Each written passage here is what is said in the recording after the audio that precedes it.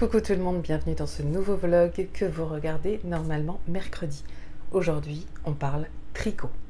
Oui, parce que vous êtes sur la chaîne d'Audrey V, une chaîne qui parle tricot depuis quelques mois, qui ne parle que de tricot, enfin que de tricot, non pas tout à fait, qui parle aussi beaucoup du Petit Labo, et le Petit Labo, c'est tout simplement la boutique que j'ai ouverte, boutique de laine teinte main. Je teins mes laines, je suis aux anges depuis que je fais ça, donc depuis le 1er avril, et non, ça n'était pas une blague, je reçois encore des messages qui me disent « Mais non, en fait, c'était pas une blague, mais comment les gens peuvent imaginer que j'ai pu faire une blague pareille? Ce serait vraiment une blague, mais énorme. » Non, non, non, c'est pas une blague, non, non, c'est très sérieux même.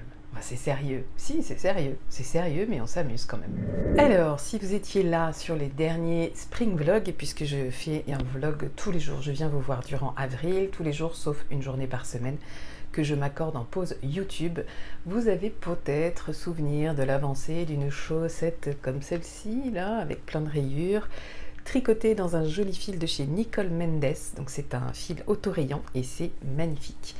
Eh bien j'ai fini la première chaussette, voilà, elle est terminée. Et je vous disais que j'ai donc compté mes rangs. Tous mes 10 rangs sont marqués. Et j'ai finalement fait ce que j'avais prévu de faire, c'est-à-dire que ma pointe est en rose et mes côtes sont en bleu. Alors j'ai fait des côtes semi-torse parce que c'est quand même un peu plus mignon la côte semi-torse, je trouve que ça se tient bien. Même si je suis un petit peu embêtée parce que ma laine de la pointe et ma laine des côtes finalement n'ont pas du tout la même épaisseur que la laine du corps de la chaussette, donc du pied et de la jambe. Mais je suis hyper fan de ce rendu qui me plaît vraiment beaucoup, j'aime beaucoup. Je l'ai essayé, est-ce que je vais pouvoir vous mettre les images? Je sais pas parce que je crois qu'il y a un gros bordel derrière au moment où je l'ai prise en photo. Et j'ai déjà commencé la deuxième. Et la deuxième, je vous avais dit que j'avais envie de m'amuser, ben, ça n'a pas manqué, donc je vais vous montrer que vous puissiez voir que c'est pas pareil, puisque sur la deuxième, je lui ai fait une pointe bleue et je finirai par des côtes roses comme ça. Et ça va être trop beau. Alors j'ai essayé de décaler aussi les côtes pour que quand sera venu le moment de tomber sur les côtes, sur les dernières rayures avant les côtes, pour que je tombe pas sur le rose comme c'est le cas là, puisque je veux les faire en rose. Donc j'ai décalé de, je sais plus combien, voilà, je me suis séparée du jaune en fait, donc je vais décaler, ça fait ça. Donc ça fait que logiquement, au lieu d'arriver sur des côtes roses, je vais arriver sur des côtes bleues ou grises. Je ne sais plus. En fait, comme je ne savais pas, vous savez, moi, repère dans l'espace. Bleu ou gris, de toute façon, ça ira avec le rose. Mais il fallait surtout pas que ce soit rose. Voilà, c'était juste ça. Donc, elle a quand même déjà bien avancé. On continue de compter ces petits trucs, là. C'est trop bien, c'est trop bien. Je suis trop contente. Et j'avance, c'est mon seul tricot du moment, donc ça avance quand même un petit peu, forcément. C'est toujours le tricot du soir avec lequel je me régale. Je voulais revenir sur le châle que j'ai choisi. Alors, j'hésite encore. Je vais vous parler des 3 que j'ai retenus. Sur le site du Petit Labo, j'ai ouvert la page Inspiration Tricot. Vous allez retrouver des châles qui se tricotent avec 2 écheveaux. J'en ai mis 4 pour l'instant en sélection. J'en rajouterai au fur et à mesure que je vais en trouver. Là, je vais vous parler de 3 parce que le 4e, c'est un châle de... Je crois que c'est Nadia Crétin-Léchène, mais en fait, il y a une petite ligne d'une 3e couleur, alors dont on peut se passer. Hein. Franchement, on peut se passer parce qu'elle était vraiment pas évidente, il n'y a que quand j'ai zoomé que je l'ai vue. Mais je suis pas fan du rendu, enfin, pas fan, c'est pas le rendu dont j'ai envie maintenant. Voilà, c'est plutôt ça. J'ai donc choisi 3 patrons, et il y en a 2 qui clairement me font envie. Mais je me dis sur les 3, celles qui veulent faire le cal avec moi, vous votez là, vous votez en dessous dans les commentaires, vous mettez le nom de celui qui vous intéresse. Alors, j'ai repéré le Majestic Shawl de Gabrielle Vézina. C'est clairement mon coup de cœur. Il est, je le trouve, sublime. Alors, j'ai regardé dans le détail, on nous dit que c'est un niveau débutant avancé. Et en fait, ça permet d'apprendre la mosaïque. Donc je ne sais pas si vous savez ce qu'est la mosaïque. Pour celles qui sont débutantes comme moi, c'est peut-être quelque chose qui vous échappe. C'est pas loin d'être comme le jacquard, mais c'est pas du tout comme le jacquard. Enfin, dans le rendu, on a cette impression, cet effet jacquard. Vous voyez, je vous mets la photo du Majestic Shawl. Et pourtant, c'est pas du jacquard parce que c'est pas la même technique. Je vous mettrai en lien une vidéo réalisé, tourné par Janaël, je crois, des Triconautes. Donc les Triconautes, c'est la chaîne YouTube Les Triconautes. Elle vous fait un topo sur le point mosaïque, sur la technique de la mosaïque au tricot, et c'est hyper instructif. Donc tout ce que j'ai appris, en gros, je le tiens de cette vidéo, donc je vous recommande d'aller la voir. Ça me paraît quand même plus simple que le jacquard parce qu'il n'y a pas de fil croisé. Vous tricotez vraiment un rang d'une couleur et un rang d'une autre couleur, donc en fait vous ne gérez pas 2 couleurs ou 3, parce que la mosaïque peut se faire à plusieurs couleurs qu'à 2, à plus de couleurs qu'à 2. Vous ne gérez qu'une couleur par rang. Donc je trouve ça hyper pratique, vous n'avez pas de fil croisé. Moi la mosaïque c'est quelque chose qui me plaît beaucoup dans le rendu. Au niveau des points utilisés, donc la technique mosaïque, et sinon c'est augmentation, diminution et rien de plus. Donc franchement ça me paraît pas mal. Et ce qui est recommandé là, c'est exactement ce qui est, je trouve, sur l'image que je vous mets. Il faut vraiment, à mon avis, des couleurs bien tranchées pour que le motif se dessine bien. Je n'ai pas encore les couleurs. Bon. Alors si vous avez pris le kit châle que je vendais dans la boutique du Petit Labo, le bleu framboise ou le bleu kaki vert véronaise, franchement ça va matcher de ouf. Ouais, franchement je me fais aucun souci sur ça. Je remets à ce sujet, je vais remettre 5 kits châle. Ce sera bleu et vert. Alors ce sera pas tout à fait le vert véronaise parce que j'ai voulu essayer un autre mélange, partir sur autre chose avec du marron et du gris. Et ce qui est fou, c'est que j'obtiens quasiment du vert kaki.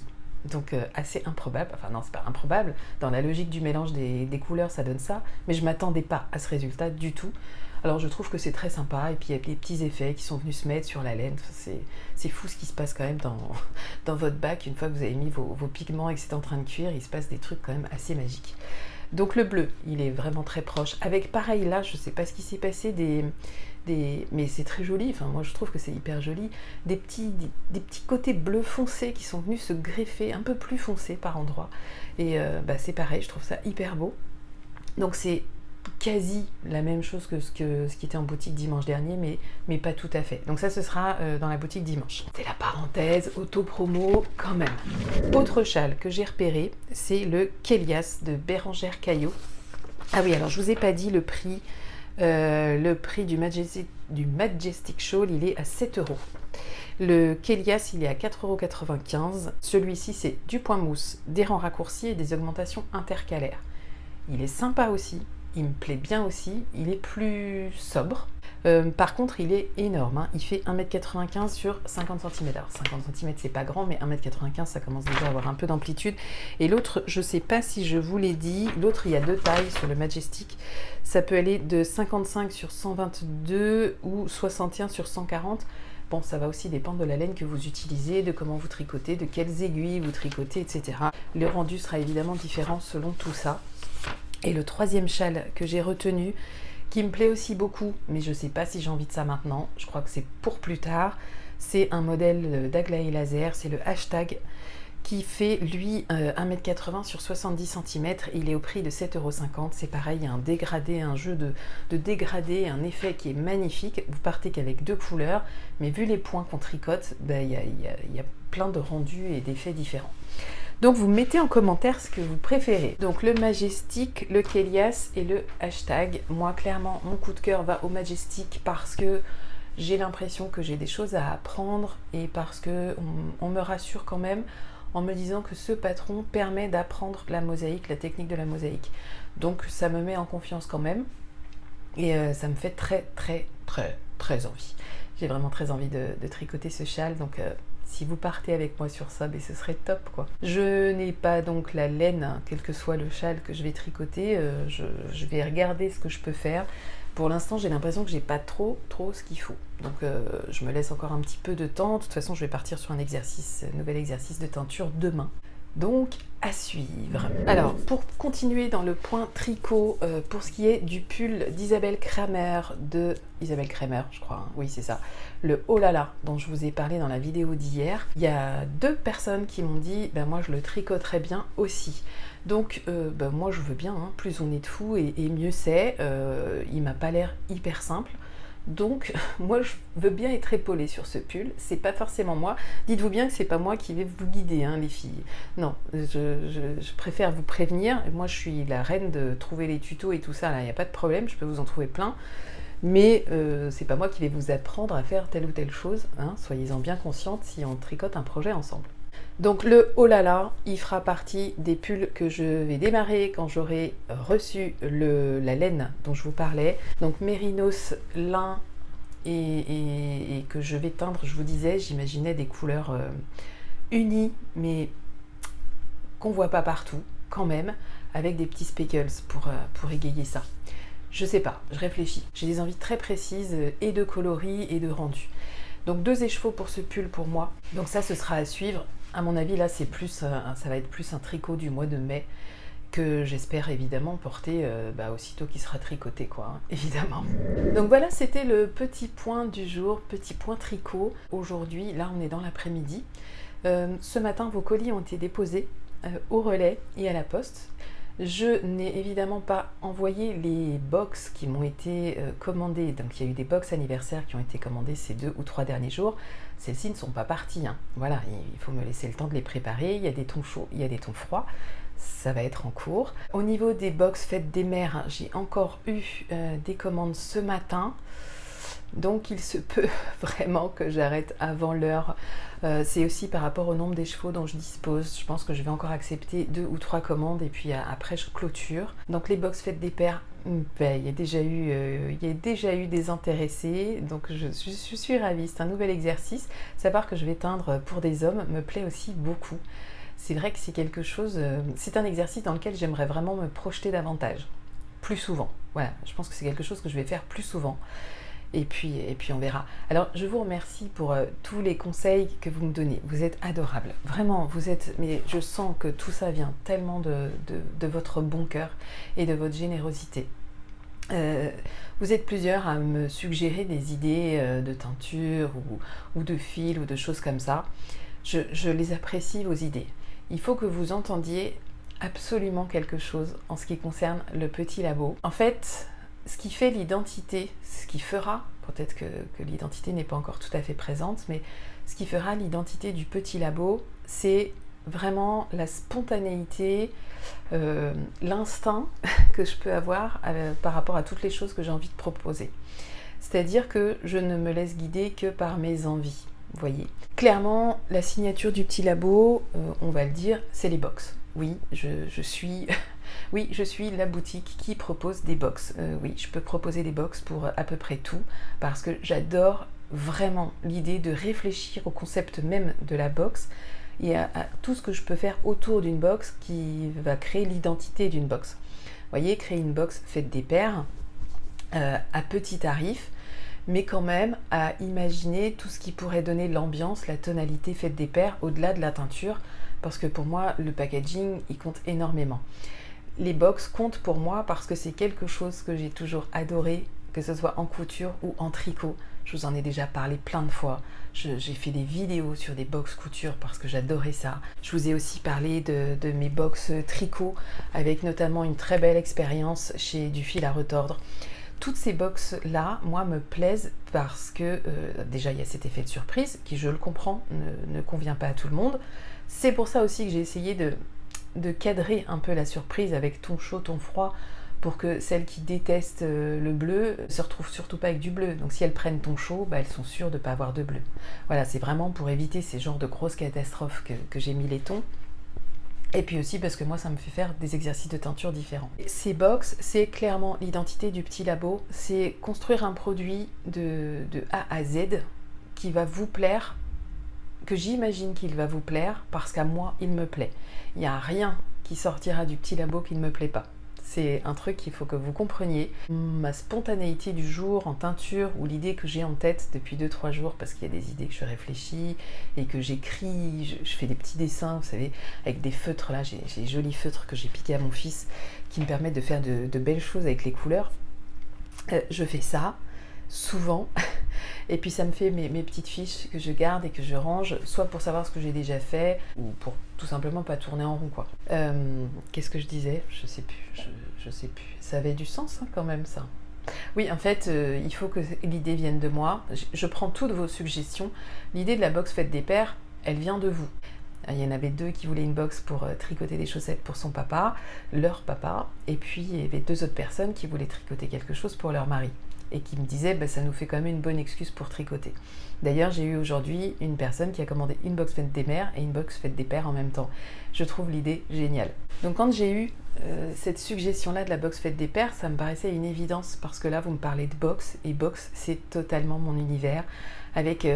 je ne sais pas comment vous expliquer le plaisir que j'ai à créer ces box, à les composer, déjà à les imaginer.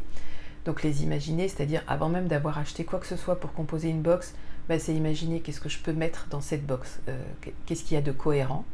Après, regarder ce qu'on trouve à l'achat, essayer de lui donner un prix, et puis après, c'est la préparer vraiment concrètement, et puis vous l'envoyer, et puis avoir vos retours. Donc merci pour toutes celles qui m'envoient leurs retours, j'en ai tous les jours. Là il y a les écheveaux nature teinture qui vous arrivent, et j'ai pas eu de déception du tout sur ça. Je vous mettrai peut-être une photo, parce qu'il y a une personne qui avait commandé 2 écheveaux de nature teinture et qui m'a dit qu'elle était vraiment conquise. Donc c'est très subtil, je vous disais, ça permet du coup de bien illustrer. C'est doux, voilà, c'est vraiment doux. Cette laine, c'était de l'ultra merino. C'est pareil, c'était hyper doux aussi, tant au toucher qu'au tombé. Donc j'ai hâte de voir. La personne qui avait pris 2 écheveaux se dit que peut-être elle va faire un petit gilet ou un petit pull court. Et ben j'ai hâte de voir ce que ça va donner tricoté aussi. Donc j'ai des retours pour les box anniversaires aussi qui sont arrivés, j'ai des retours pour les box surprises. Et à chaque fois ça fait des découvertes, parce qu'à chaque fois il y avait ton chaud et ton froid, donc des tons chauds et tons froids différents pour les box surprises que pour les box anniversaires. Donc c'est vrai que ça me fait faire plein d'exercices de teinture. C'est des choses que vous voyez pas forcément en boutique, mais à la rigueur je dirais que je fais pas forcément les choses pour les montrer, enfin, au grand public je veux dire. Là pour le coup j'ai vraiment fait les choses pour remplir les box qui m'ont été commandées et que je m'étais engagée à faire. Voilà, c'est surtout pour ça que j'ai fait les choses. C'est vrai que je n'ai absolument pas ce réflexe de prendre en photo avant l'emballage, avant envoi et tout ça. C'est une erreur de ma part, il faut que je corrige absolument ça. Je vais vraiment essayer de travailler là-dessus, pour vous montrer quand même des images un peu de tout ça, parce que je crois que c'est important pour vous convaincre, pour convaincre celles qui ont encore besoin d'être convaincues, peut-être qu'il y en a. Bon, bah ça c'était la grosse parenthèse petit labo. Difficile pour moi de ne pas vous parler du petit labo. Donc demain, je vais sans doute teindre demain matin, et puis demain après-midi, il faudrait que j'aille à Paris avec mon plus jeune, donc on va voir si j'arrive à caler ces 2 choses-là. Rien n'est moins sûr. Il va peut-être falloir quand même que je fasse une croix sur ma séance de teinture, et au pire je la reporte à jeudi, ce qui n'est pas grave. J'ai aussi bien pris soin de me faire un calendrier très précis sur l'année pour être absolument à jour dans tout ce que j'ai envie d'entreprendre avec vous. Ça me laisse une visibilité aussi, c'est vachement important, sur ce que je peux entreprendre de nouveau ou pas. Parce que j'ai absolument pas envie d'être débordée, dépassée, parce que je sais que j'y perdrai le plaisir que j'ai là.